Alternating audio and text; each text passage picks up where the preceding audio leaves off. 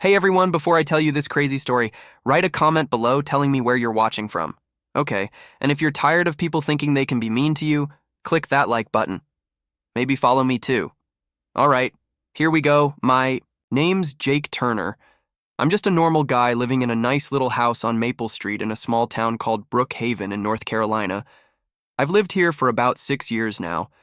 I used to be a soldier who fixed things. 8 years crawling through. Mud fixing bridges, staying away from danger. So I really like keeping things quiet, neat, and respecting what belongs to me and what belongs to you. But last summer, wow. My life got turned completely upside down when my electric bill started going up faster than a squirrel running up a big tree. It started pretty easy. If I opened my bill one hot July day, and it was almost $380 for my little 100 square foot house. No way. I'm careful. Okay? I'm not running the air conditioning all day or using a computer mine in my basement. First, I thought maybe the old air conditioner was broken or I left the porch light on too long. But when the next bill was $420, I'm like, wait up, this isn't right. So I went into super smart mode, checking every machine, testing the air conditioner, even writing down my daily power use like some kind of smart detective. Everything looked normal. That's when I started looking at my electric box out back. And what I found, oh, it made me so angry. Every night around 6 hours in the evening, that box starts spinning like it's trying to win a car race, even when I had nothing plugged in except the refrigerator. I'm talking every light, turned off TV, unplugged everything, and it was still going crazy until about 2 hours in the morning. So I grabbed my old looking glasses, sat myself by the upstairs window where I could see the electrical box and waited. Tuesday night, I saw her, some girl in her 20s, all dressed up in fancy exercise clothes, bending down by my box with a really thick extension cord plugged right into my electricity. The cord was going 50 feet across my grass to a shiny blue Tesla parked on the street, getting power on my money. She was just standing there looking at her phone, calm as anything while stealing my electricity. How rude, right? I didn't get mad just yet.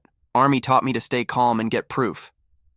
So for a week, I wrote down everything, times, dates, how long she was there, taking pictures, making videos. She came every time, showed up like it was her job, charged the Tesla for 8 hours straight. One night, I saw her painting her nails by my fence, acting like she owned the place. Through some friendly talking, I learned she was Lauren Mitchell, who lives 3 houses down in a big fancy house with a water fountain out front. Her dad's Tom Mitchell, a police officer with a reputation for being a bully. Everyone says Lauren's a college student who thinks the world belongs to her, and Daddy's police badge means she can't get in trouble. Now I'm really mad. This isn't some poor kid who needs help. This is a spoiled girl with a $70 Euro car, too selfish to pay her own way. I did the math, and she's been stealing $150, maybe $200 a month from me for who knows how long. That's my money I worked hard for from years as a soldier and my day job fixing city water pipes. It's not just the money, though. It's what's right. You don't take what isn't yours. So I decided it was time to talk. Give her a chance to stop before I got really serious. Friday night, right on time. Her blue Tesla drove up. She was wearing all pastel colors matching.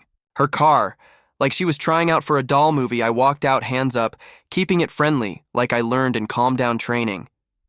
Hey miss, I said really politely. I'm Jake. I live here. I noticed you've been using my outlet to charge your car, and I need you to stop. She barely looked up from her phone, took out an earbud, and said, what? Like I was bothering her. I said it again, staying as calm as I could. But she laughed, this mean, snotty giggle. Your outlet, that's public property, dude. I can use whatever's out here. I'm like, lady, that's my box, my property, and you're stealing my electricity. I have it all on video. Her face got angry and she stepped closer, voice sounding mean. You know who my dad is. Officer Mitchell. He doesn't like jerks, like you messing with me.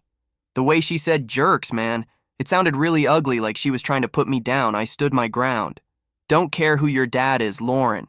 Stop stealing or I'm calling the police. She got really mad, screaming about how I was bothering her, how her dad would have me arrested. You're nothing. She said mean things and nobody's going to believe you over me. I showed her a video on my phone, clear as day. Her plugging in.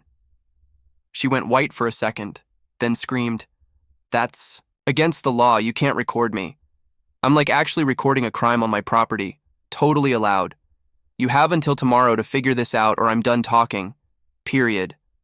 I walked back inside, heart beating fast, knowing this wasn't over. Through the window, I saw her walking around making phone calls, probably to Daddy. Sure enough, next morning I woke up to something terrible. My 2017 Ford Escape was destroyed. Windows, broken paint, scratched with words I won't say, and mean words scratched. Into the door damage was easily $5,000, but Lauren didn't know about my security cameras. 4K motion cameras catching every second of her 2 a.m. attack. She was wearing all black, swinging a bat like she was in a bad movie, even taking selfies with my wrecked car. I was so angry, but I stayed smart, backed up the video, and drove my broken SUV straight to the police station front desk officer. A guy named Harris looked at my car and made a surprise sound. "Somebody really doesn't like you," he said. I handed him a USB drive. Got it all on video, plus her stealing my electricity for months.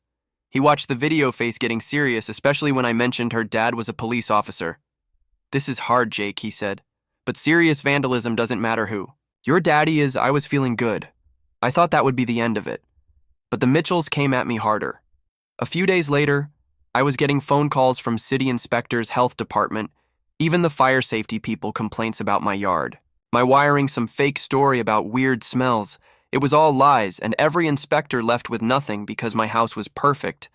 Then Lauren made it worse, stole a package from my mailbox, government stuff I needed for my benefits.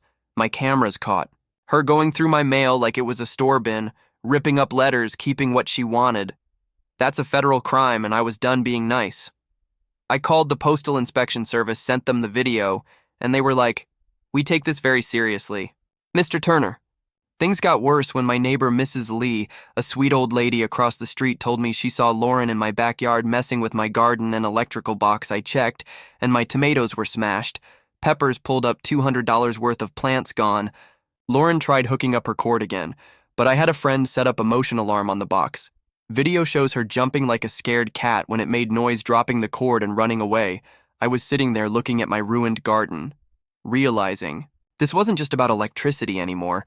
It was personal. She was trying to break me.